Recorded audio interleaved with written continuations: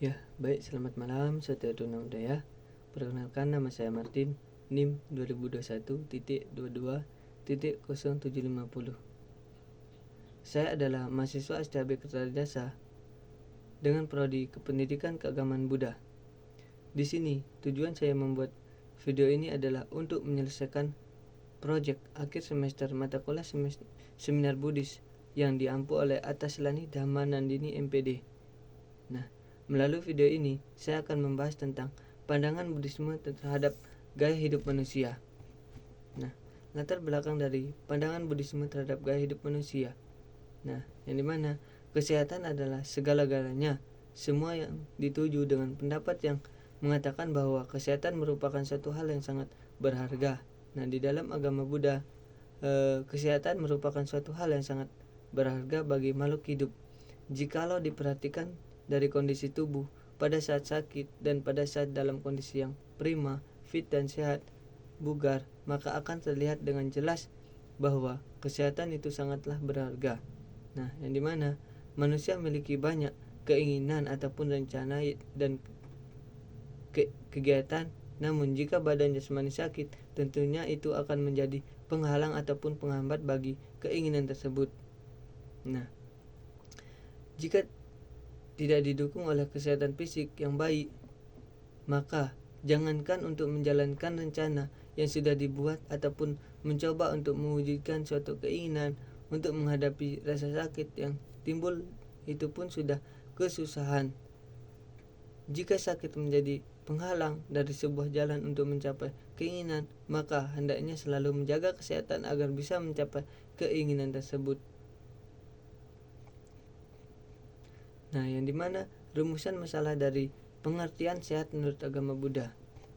Nah, yang dimana pengertian sehat menurut agama Buddha di sini di dalam kamus KBBI, yang artinya kata kesehatan adalah keadaan yang sehat.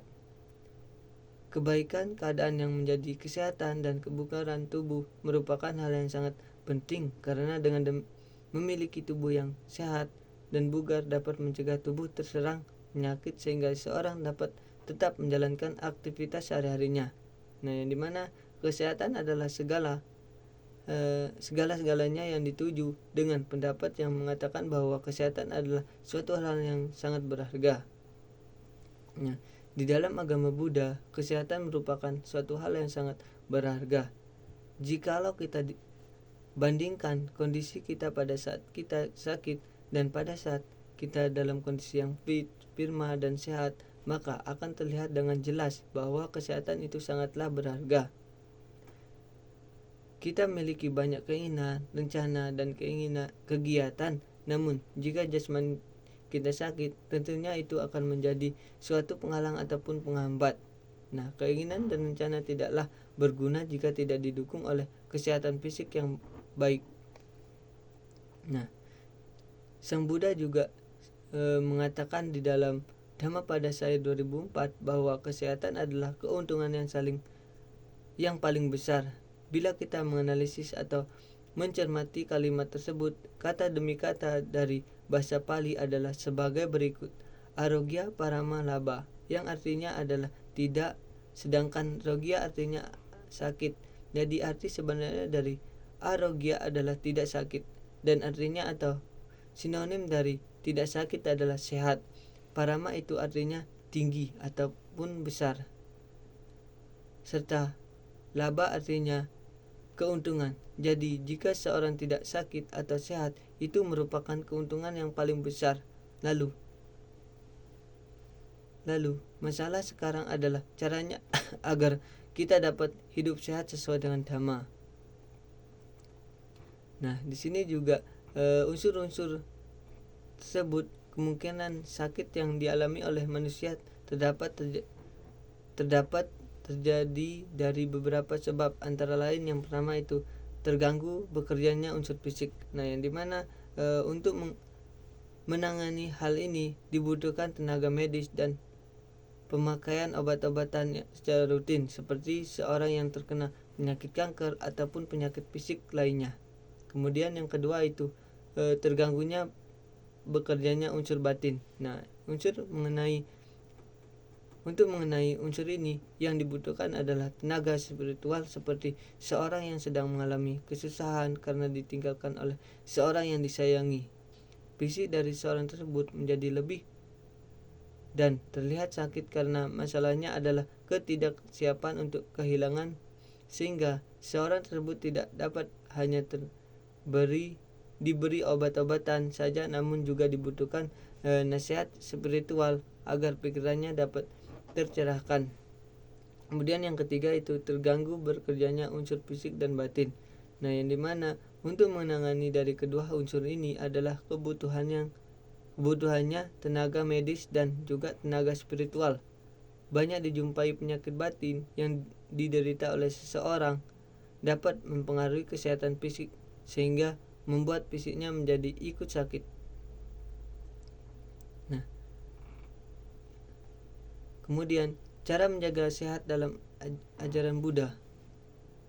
Nah, ada beberapa cara menjaga kesehatan yang Sang Buddha menjelaskan ada 5 macam orang sakit yang sulit untuk mudah dirawat terhadap dunia ini.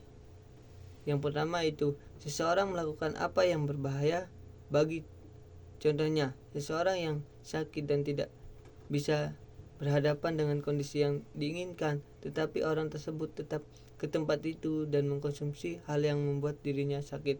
Kemudian yang kedua itu seseorang tidak melakukan apa yang bermanfaat hingga batas secukupnya.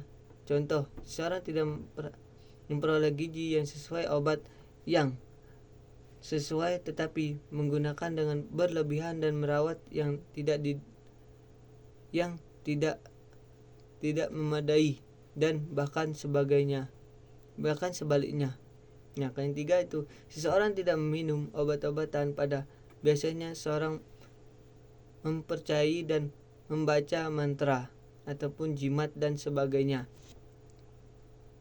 Nah, kemudian yang keempat yaitu seseorang tidak secara tepat mengungkapkan gejalanya kepada perawatan yang baik hati. Ia tidak melaporkan sesuai situasinya bahwa kondisi bertambah buruk atau bertambah baik atau tidak berubah. Hal ini adalah yang sangat bahaya jika seorang tidak mengatakan hal yang sakit pada dokter. Sangat berbahaya sekali jika seorang mendiamkan sakit yang dialaminya.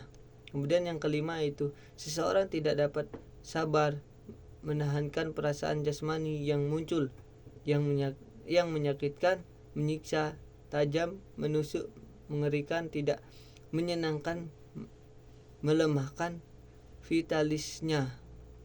Harusnya diketahui bahwasanya pikiran terhadap jasmani sangatlah mempengaruhi. Contohnya seseorang yang tidak bersabar dalam sakitnya yang dialaminya, maka ia akan kunjung sembuh. Nah, kemudian yang pembahasan selanjutnya itu manfaat menjaga kesehatan. Nah, di sini juga Sang Buddha juga menjelaskan di dalam Pancanikapata Pali adalah ada 5 cara yang akan menjamin kesehatan batin dan jasmani dan mengondisikan timbulnya suatu kebahagiaan dalam hidup atau yang dikenal dengan Ayu Sattama. Nah, yang pertama itu Sapayakari, yaitu mengetahui cara menyenangkan atau menenangkan batin, membuat batin senantiasa menjadi santai dan tidak tegang ataupun terganggu dapat dengan hal-hal yang kurang bermanfaat. Kemudian yang kedua itu Sapaye Matanyuta, yaitu mengetahui cara memiliki atau menyaring keinginan.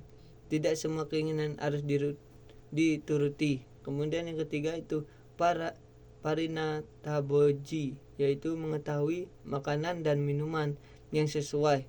Jika memiliki suatu penyakit, hendaknya kita memperhatikan pola makan agar penyakit tersebut tidak semakin parah. Kemudian yang keempat yaitu Kalacari.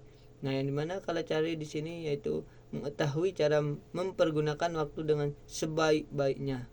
Kemudian yang kelima itu Brahmacari, yaitu mengetahui cara mengendalikan nafsu indria yang muncul dengan menyelimuti suatu keinginan untuk terus mengejar apa yang diinginkan ataupun menerima dan merasa puas untuk apa yang dimiliki saat ini, tidak melakukan hal-hal yang salah hanya karena demi kepuasan terlebih yang melakukan pelanggaran. Nah, di sini juga upaya menjaga kesehatan ditinjau dari agama Buddha. Nah, Sang Buddha juga memberikan suatu resep yang terdiri dari 5 hal yang harus diperhatikan, yaitu yang pertama itu membuat batin kita tenang, kedua itu mengatur keinginan, ketiga makanan yang sesuai, empat itu mengatur waktu, dan yang terakhir itu mengendalikan indera kita. Nah, untuk kesimpulan dari pembahasan materi tersebut di sini yaitu kesehatan jasmani dan rohani sangatlah penting bagi tubuh. Mulailah dari memberikan makanan-makanan yang bergizi kepada jasmani dan rohani, namun juga harus memperhatikan porsi makanannya tidak terlalu berlebihan maupun berkurang, karena hal itu juga tidak baik.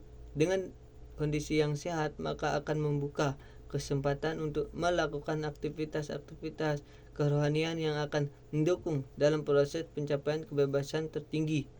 Nah, di sini juga ada 5 cara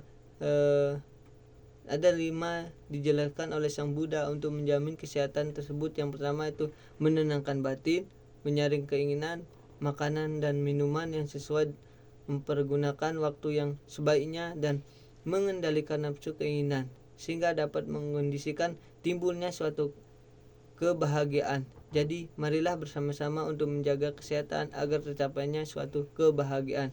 Nah, mungkin itu saja materi yang dapat saya sampaikan. Selamat malam, Satyatu Namo Buddhaya.